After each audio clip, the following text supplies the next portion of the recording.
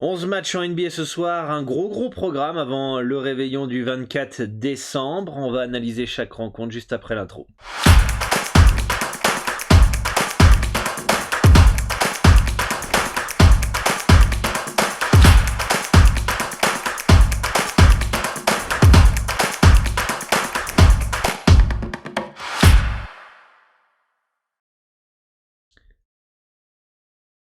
Salut à tous, ici Dora de votre expert en paris sportif, spécialiste basket pour une nouvelle émission. Vous le savez, sur cette chaîne, on décortique, on analyse chaque rencontre NBA pour vous aider à faire vos pronostics, vous permettre de confronter vos analyses aux miennes. J'espère que vous avez la forme. Bienvenue à tous les nouveaux. N'hésitez pas à vous abonner à la chaîne, d'activer la cloche des notifications pour ne louper aucune des prochaines vidéos d'analyse ou vidéos conseils en paris sportif. Et pensez à télécharger votre guide NBA totalement gratuit.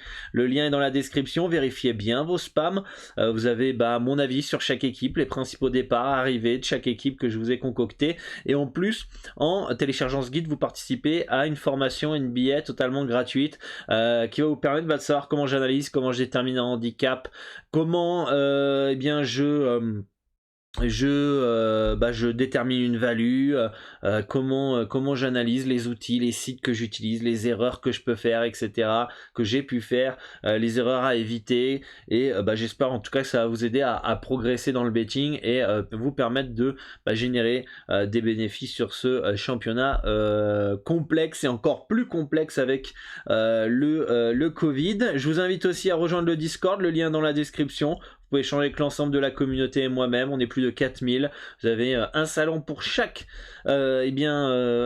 sport. Là, on a discussion basket mondial, la discussion NBA, foot, tennis, etc., etc.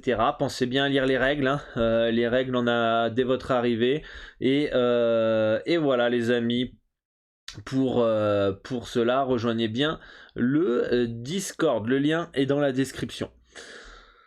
On va faire le petit récapitulatif de la veille, comme d'habitude, le petit récap de qu'est-ce qui s'est passé hier en NBA. Orlando qui s'est imposé face à Atlanta à poil, Boston qui s'impose face à Cleveland, le match des Bulls face aux Raptors a été reporté, les Bucks qui font le taf, mine de rien, face aux Rockets, le Thunder qui explose Denver, c'est la magie de la NBA ou la difficulté de la NBA, qui est ici capable de prendre 72 points à domicile contre Memphis, Denver capable d'éclater New York, d'éclater des équipes comme Miami, mais incapable d'aller gagner à OKC. Donc voilà, c'est comme ça. Et les Clippers qui s'impose à Sacramento avec encore des cas de Covid dans les deux équipes. Donc dites-moi en commentaire ce que vous aviez joué hier. Personnellement, j'avais rien pris en bet moi pour cette nuit en NBA. J'étais pas loin de valider du Orlando et j'étais pas loin de prendre du Houston. Donc du coup, je crois, de mémoire, je sais plus. Mais en tout cas, ça aurait fait un petit 1 sur 2, pas de gain, pas de perte. Donc un no bet, c'était la même. Donc voilà. Ce soir, donc grosse carte. On va commencer par Indiana face à Houston. Alors Houston dans un troisième match en 4 jours et back-to-back face à une équipe des Pacers. Moi je sais plus quoi dire avec les Pacers. Ils ont une équipe largement sur le papier pour faire mieux, pour être en playoff, pourquoi pas être top 5 à l'Est. Ils se retrouvent au fond du classement, incapables de battre Miami à poil, incapables de battre les Bucks à poil, incapables de battre Denver à poil. Donc franchement, cette équipe d'Indiana, c'est un mystère. Je suis assez étonné de voir que ils ont toujours Rick Carlisle. Alors le proprio a peut-être pas envie, vu qu'ils viennent de le signer, de faire un gros chèque pour le virer. Donc ils préfèrent le garder peut-être toute la saison, peut-être la moitié de la saison prochaine. Mais en tout cas, ça prend pas. Ça prend pas du côté des Pacers, clairement. Le H de -9, moi, me surprend par rapport à leur début de saison. C'est-à-dire que leur saison est à chier et vous mettez un -9 face à Houston. Alors, s'ils jouent à leur vrai niveau, le -9 me semble bien placé. Par contre, s'ils jouent comme contre Miami, comme contre Denver, comme on les a vus plusieurs fois jouer, je vois pas comment ils peuvent passer un âge de -9, encore plus avec Malcolm Brogdon qui est incertain, qui est en game time decision. Vous pouvez voir la liste de courses ici, qui est questionable. Voilà, franchement, moi, sans meneur en plus, parce que TJ McConnell est forfait pour ce soir. Franchement, je vois pas comment vous pouvez passer un âge de -9. Indiana en sec dans un combo composé, non merci au vu de ce que ça montre. Le seul truc contre finalement un Houston +9, bah c'est que c'est Houston.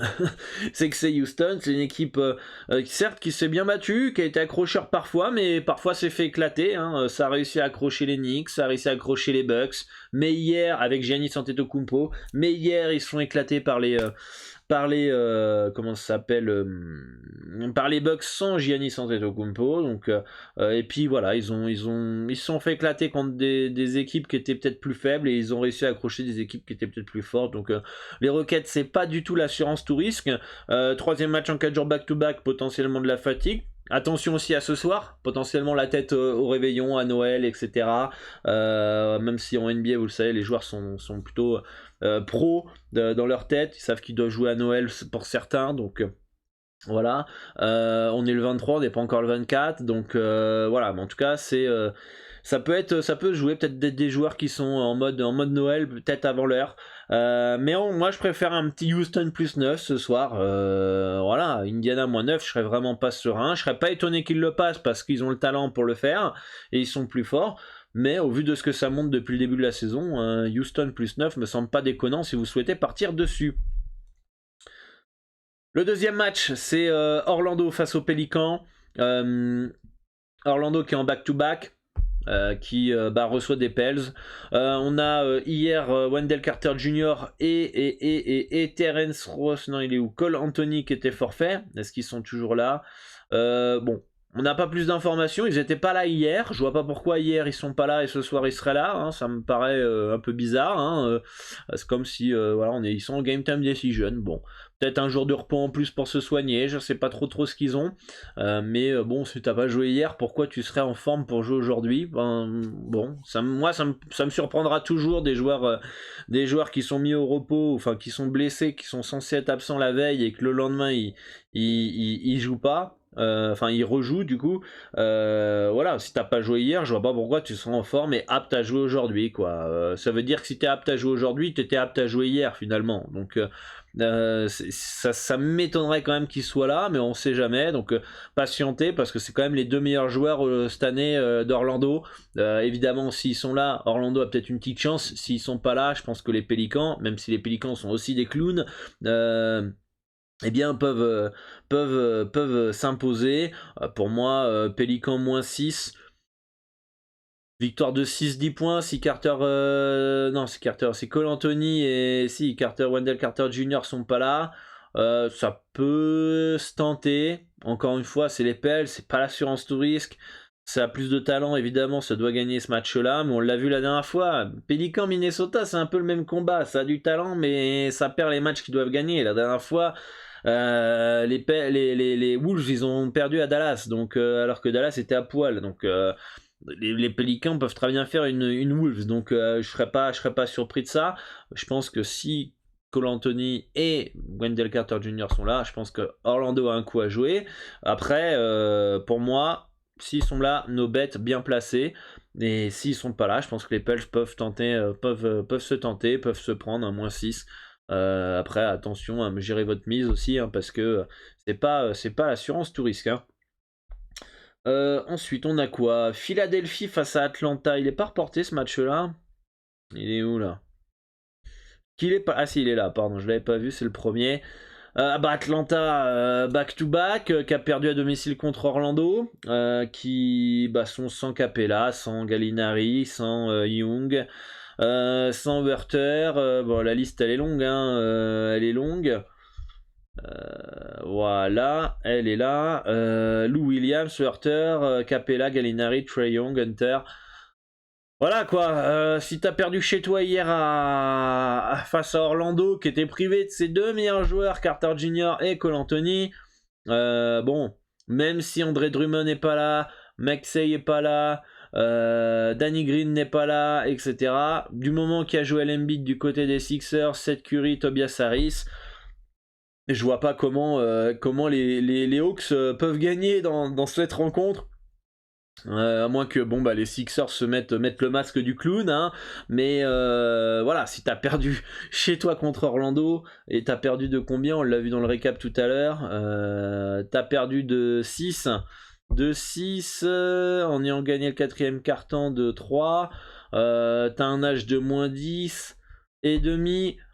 Franchement, alors, si je pense qu'ils peuvent le passer, les Sixers. C'est vrai qu'il y a quand même des absences qui sont toujours difficiles à mesurer. Quel est l'impact de l'absence de Green, André Drummond, Maxey, Korkmaz sur un âge de -10 et demi face à Atlanta où il manque, voilà, je vais pas répéter la liste des courses, mais voilà, c'est toujours difficile à mesurer l'impact. Je pense que le -10 est vraiment abordable pour les Sixers. Je pense qu'ils peuvent le passer. Après,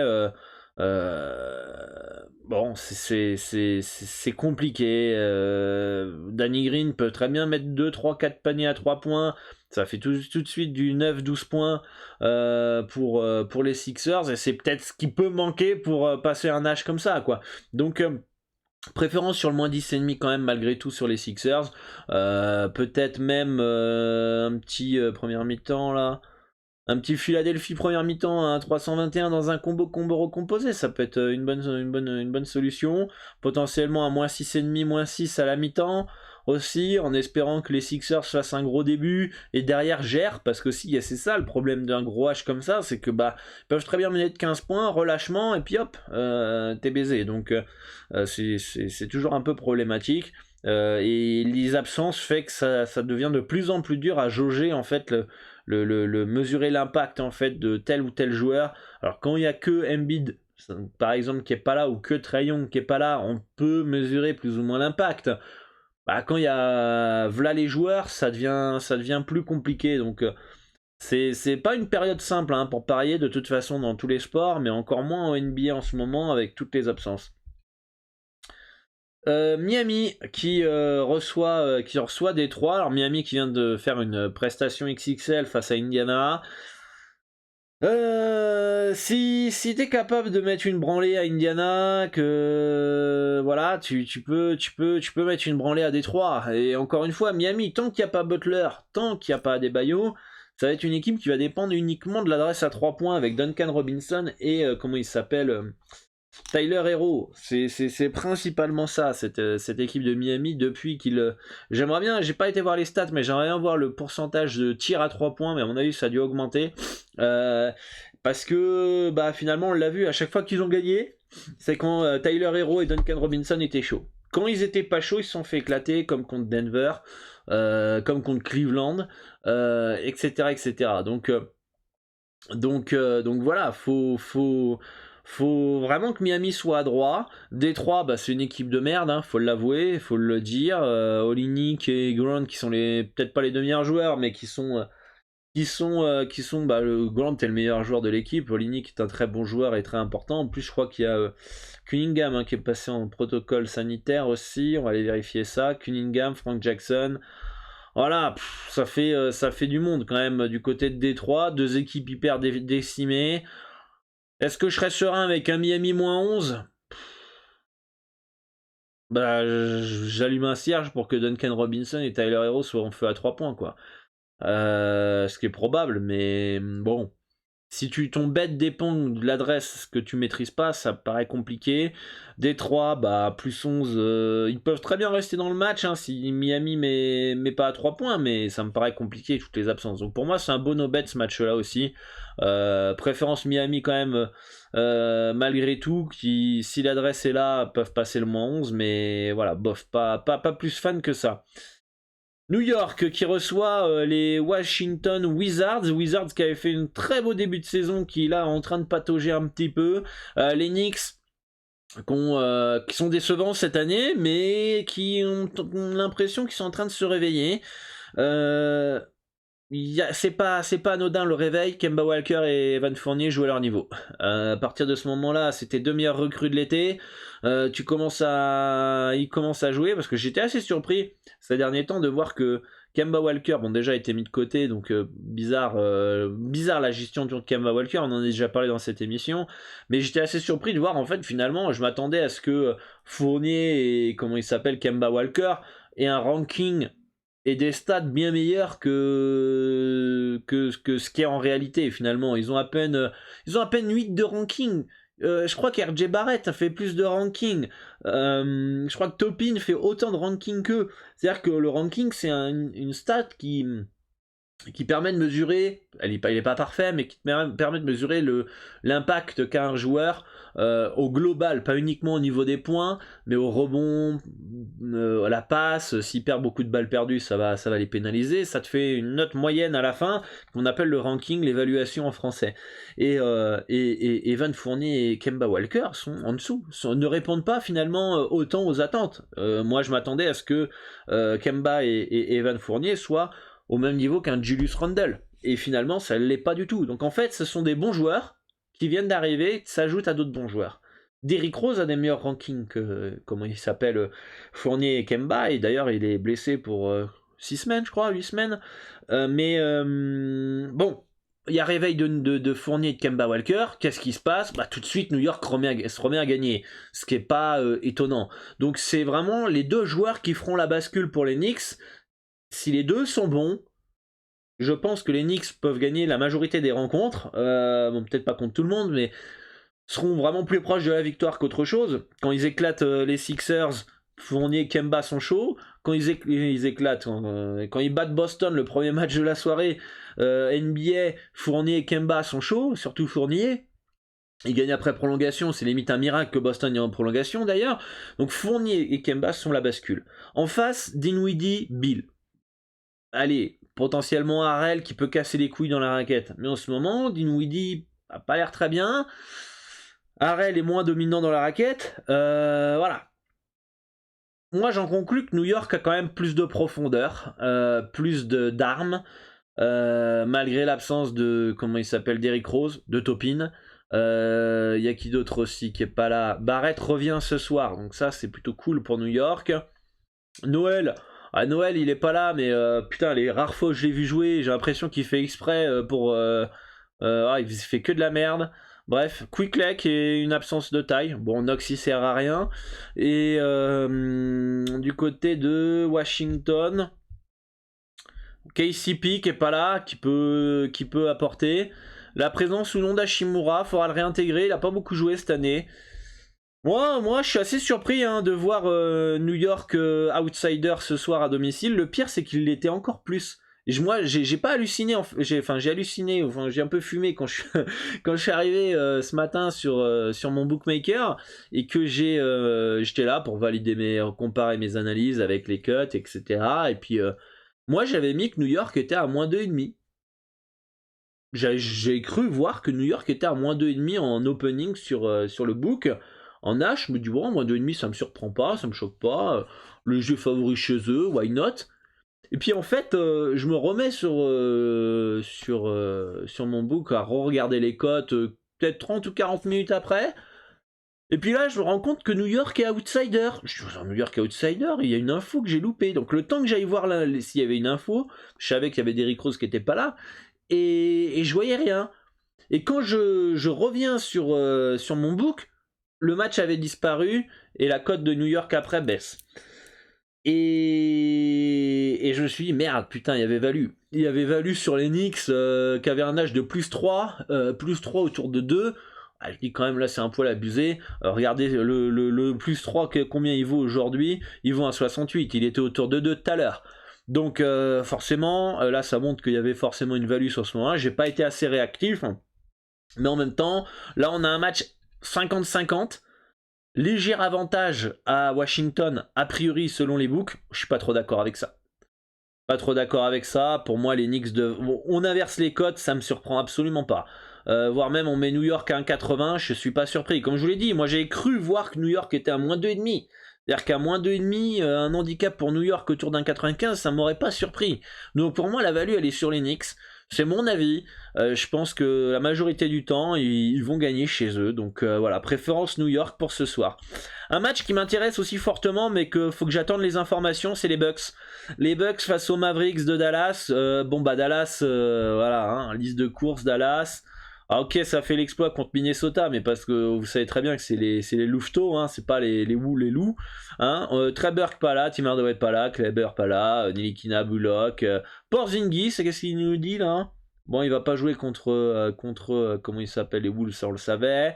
Donc lui, il est incertain, lui. Luka Doncic forfait. Bon, bref, il y a toute l'équipe qui est forfait. Si Porzingis n'est pas là, bah, c'est le pompon. Hein. Là, ils sont à poil. Hein. Ils sont complètement à poil. Bah, ça les a pas empêchés de battre les clowns de Minnesota. Et du côté de Milwaukee, on a principalement l'absence de Giannis. Hein. Principalement l'absence de Giannis, celle de Bobby Portis aussi qui fait une très belle saison. Et Lopez qui est pas là depuis longtemps. Allen est probable. Il devrait être là. Et comment il s'appelle? Alors pourquoi j'attends? Parce que le Milwaukee moins 3,5, vous me dites en commentaire si vous êtes d'accord avec moi, mais il est quand même assez tentant. Hein. Il est assez tentant parce que bah, si Dallas est même avec Porzingis, il peut être tentant. Donc sans lui, il est clairement valu pour ma part. On peut voir que Milwaukee est juste seulement en back-to-back là à l'écran. Comment il s'appelle? Mais un gros souci, c'est que la dernière fois, on a eu du Milwaukee qui avait mis au repos un Jrue Holiday à la dernière minute. On l'a peut-être pas là à l'écran. Est-ce que vous voyez bien à l'écran? C'est important de bien voir à l'écran parce que des fois, on voit pas bien et je suis pas sur l'application directement. On veut voir les plus d'infos, nous. Plus d'infos. Alors, qu'est-ce qu'on nous dit là? Ok, nanana. La dernière fois, Jrue Holiday en deuxième back-to-back ne jouait pas. Et Middleton, on a vu qu'il y a eu quelques frayeurs au niveau des genoux. Je me pose la question aussi s'ils vont pas forcément le mettre au repos aussi. Donc s'ils mettent au repos un des deux, que Porzingis est là, bah le moins 3,5 fait peut-être un peu sens du coup. Alors on va voir ce que ça nous dit. Ok, voilà, il nous dit qu'il a été mis au repos contre Cleveland la dernière fois dans la défaite. Nanana. Que les Bucks avaient besoin de Middleton avec tous les joueurs absents. Ok, bon, a priori, il n'y a pas plus d'informations sur ça, mais moi, j'ai un peu peur de voir, bah, pendant un moment, ah bah, là, les codes se sont sortis, enfin, sont hors ligne. J'ai un peu peur de voir peut-être dans la soirée un petit Jrue Holiday et Chris Middleton forfait ce soir contre Dallas. Ce qui serait un bon spot en plus pour leur donner du repos supplémentaire. Sachant que je crois qu'ils jouent comment ça s'appelle? À Noël de mémoire, hein. Je crois. Hein. Je crois que ça joue à Noël, donc finalement, bah là, contre Dallas qui est à poil, est-ce que vous avez vraiment besoin de faire jouer deux joueurs majeurs? Pas sûr, donc moi préférence sur les Bucks, mais je me méfie un petit peu, je me jette pas dessus encore. Je suis assez... D'ailleurs, les gens sont partis plus sur du Dallas, d'ailleurs, parce que c'est sorti à -5. Hein. C'est à -5, maintenant c'était à -4, comme vous l'avez vu à l'écran, -3,5. Donc les gens sont partis sur Dallas. Soit ça spécule sur le fait qu'il y a du repos et que Porzingis sera là, soit il y a une info qu'on n'a pas et quelqu'un qui est plus proche de Milwaukee a quelques infos qu'on n'a pas, parce que ça m'étonnerait quand même que Porzingis pas là, Middleton et Holiday présents, que quelqu'un voit de la value quand même sur Dallas et joue contre le champion quand même si Giannis n'est pas présent. Donc bon, pour ma part, j'attends d'en savoir un peu plus sur ce match-là, mais en tout cas dans le viseur, j'ai nos amis de Milwaukee. Bon là, on a toutes les cotes qui se sont barrées, ça c'est super. Ça c'est vive le Covid hein, quand même, parce que ça fait plus d'un an qu'on fait les vidéos. C'est assez rare qu'on a des cotes qui disparaissent comme ça en pleine vidéo, surtout qu'en plus je les poste un peu plus tard que d'habitude les vidéos, à cause justement d'essayer d'avoir un maximum d'informations. Donc on va enchaîner, hein. On va enchaîner avec Denver face à Charlotte. On sait pas pourquoi ils ont retiré ce match-là, mais bon. On va essayer de remettre ça. Denver face à Charlotte. Bah, ils nous l'ont toujours pas remis. On va recharger, tranquillou. Bah, Denver face à Charlotte. Charlotte qui est en plein road trip. Plein road trip, 5e match de suite à l'extérieur. Denver qui est en back-to-back. A perdu hier face à OKC. Ça reçoit une équipe de Charlotte qui défend pas en ce moment, et tant que ça défendra pas un minimum, ou que ça soit pas ultra chaud, ça peut pas gagner de match. Parce qu'à un moment, vous pouvez pas encaisser 500 points et espérer en marquer 501. Je déconne, mais vous m'avez compris. À un moment, faut pas déconner, faut défendre un minimum au basketball, et voilà. Denver, pour moi, c'est en sur-régime depuis quelques mêmes années, mais cette année, c'est en sur-régime. Et la preuve que son sur-régime, ça gagne des matchs qu'ils doivent perdre et ça perd les matchs qu'ils doivent gagner. C'est-à-dire qu'hier, vous pouvez pas vous faire éclater contre OKC. Si tu te fais éclater contre OKC, c'est que t'as le capot qui fume, c'est que t'as été en sur-régime avant. Voilà, alors c'est peut-être pas ton vrai niveau hier et que tu t'es fait éclater face à OKC, t'étais dans un mauvais soir. Ça veut bien dire que les soirs où ça tape, je sais pas moi, du Miami Heat, ça tape du Bucks, ça tape des équipes comme ça, c'est bien qu'il c'est en sur-régime finalement cette équipe de Denver. Jokic peut pas tout faire. Est-ce que les codes sont revenus? Voilà. Jokic peut pas tout faire, clairement. C'est compliqué pour lui, notamment que Aaron Gordon et Jamichael Green étaient incertains hier. Ils ont quand même joué. Est-ce que ce soir ils vont pas les mettre au repos? J'en sais rien. Est-ce qu'ils ont aggravé leurs blessures? Je sais pas. Potentiellement oui. Mais Denver a besoin d'un collectif. A besoin que Monty Morris soit chaud, que Will Barton soit chaud. À partir du moment où Jokic est tout seul et que personne autour est bon, ça va être compliqué pour Denver, et ça tous les soirs. Charlotte a énormément de talent, donc tu as intérêt aussi à défendre un minimum aussi pour Denver, qui a une bonne défense, mais va pas falloir être un peu trop nonchalant. Donc je pense que c'est tout à fait logique que Denver soit léger favori chez eux. Mais attention à ce que Charlotte soit pas en feu ce soir et s'impose à Denver. Je pense pas qu'on ait de la value sur les Hornets, a priori pour ma part. Je pense que Charlotte en plein road trip, comment ça s'appelle, 5e match à l'extérieur, vu les performances que ça fait en ce moment, je trouve pas qu'à 2,29 Charlotte soit si intéressant que ça face aux Nuggets, qui nous ont surpris plus d'une fois cette saison, en tapant New York, en tapant le Heat, en tapant les Pacers, en tapant qui d'autre, des très bonnes équipes.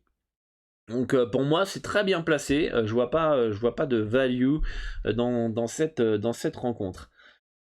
Phoenix face à OKC, on va essayer d'aller vite, hein. Phoenix largement favori, qui devrait s'imposer, clairement. Alors il est où le match là? Ils nous l'ont retiré ou pas du tout?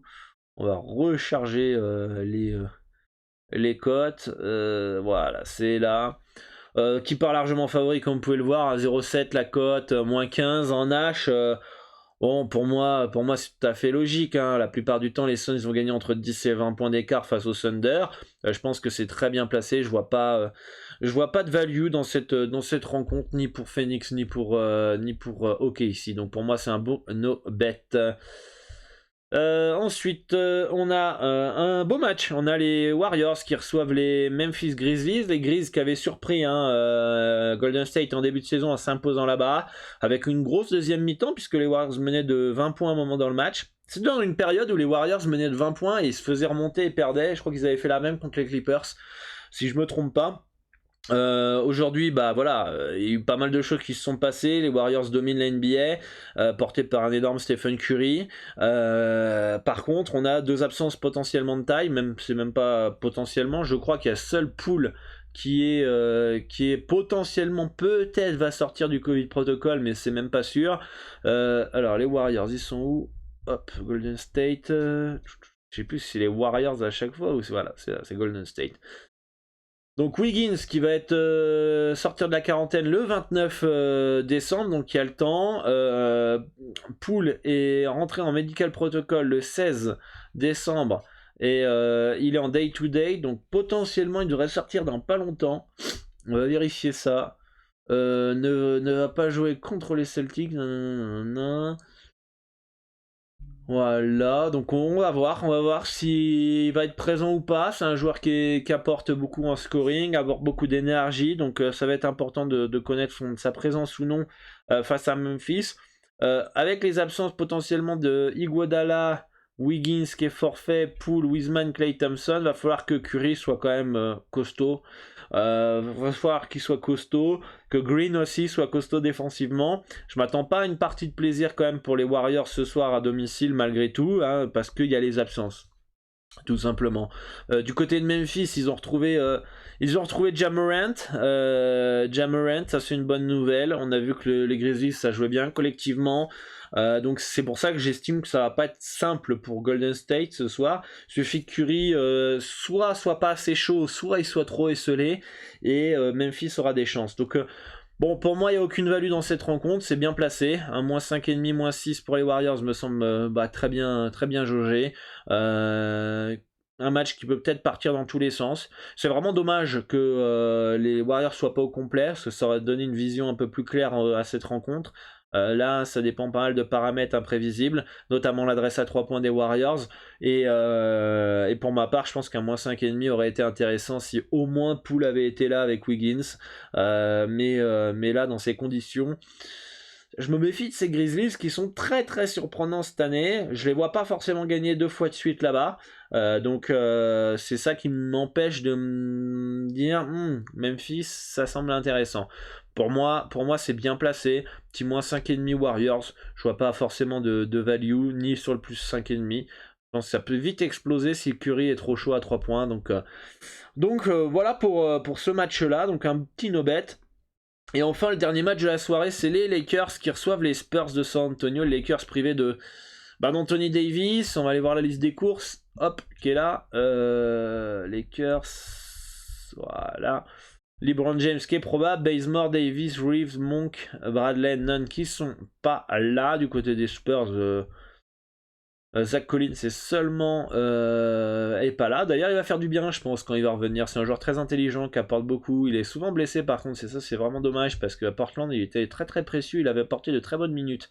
Donc je m'attends à ce que le niveau des Spurs soit meilleur avec lui. C'est un joueur intelligent avec un bon cul basket qui va bien s'intégrer au collectif, je pense en tout cas. Les Lakers qui partent légèrement favoris à domicile, ça me surprend pas. Je pense que c'est un match qui peut partir dans les deux sens. Je pense qu'il y a encore du talent du côté des Lakers pour s'imposer face à cette équipe des Spurs. LeBron James, comment il s'appelle, Anthony, Howard, comment il s'appelle, Westbrook, etc. Je pense que que les Lakers soient légers favoris me surprend pas. Après de là à partir sur San Antonio, à 2-0-7 aux Lakers, pas plus fan que ça. On a vu quand même qu'ils ont plutôt bien résisté quand les Lakers étaient au complet. Je crois qu'ils avaient gagné de 8 les Lakers chez eux quand ils étaient au complet. Et ils avaient gagné à l'arrache après prolongation, mais je crois que LeBron James était absent ce match-là. De mémoire. Donc pour moi, ça me surprend pas trop ces cotes-là. Je pense que c'est plutôt bien placé. Donc pour moi, c'est un no-bet aussi cette rencontre-là. Donc voilà un peu pour la carte, une carte qui est lourde, avec beaucoup de choses à dire. Dites-moi en commentaire ce qui vous intéresse pour faire un petit récap. Lakers San Antonio no bet, Memphis Golden State no bet pour ma part, no bet Phoenix OKC, Charlotte Denver no bet aussi bien placé. Je crois qu'on a oublié de faire Utah Minnesota. Utah qui part largement favori dans cette rencontre, pour moi il n'y a pas de value, c'est un no-bet aussi. Dallas Milwaukee, préférence Bucks, mais attendez l'info, mais les Bucks ça me tente bien. Préférence Knicks dans cette rencontre, pour moi la value est chez eux. Miami, Détroit, no-bet. Pélican, Orlando, préférence Pélican. Indiana Houston, préférence Houston plus 9, et enfin ici Philadelphie Atlanta, préférence Philadelphie moins 10,5. Voilà un petit peu pour cette carte NBA les amis, bonne chance à tous, bon réveillon, un bon 24 décembre, on se dit le jour de Noël, le 25, pour une nouvelle vidéo sur les matchs du jour, j'espère qu'ils seront intéressants. N'hésitez pas à rejoindre le Telegram aussi, le lien est dans la description, parce que si un jour j'ai pas le temps de faire une vidéo, je peux au moins vous envoyer potentiellement une note audio qui prend beaucoup moins de temps. Et voilà, le lien est dans la description. Bonne chance à tous, joyeux Noël à tous, et à très bientôt pour une nouvelle émission. Ciao ciao.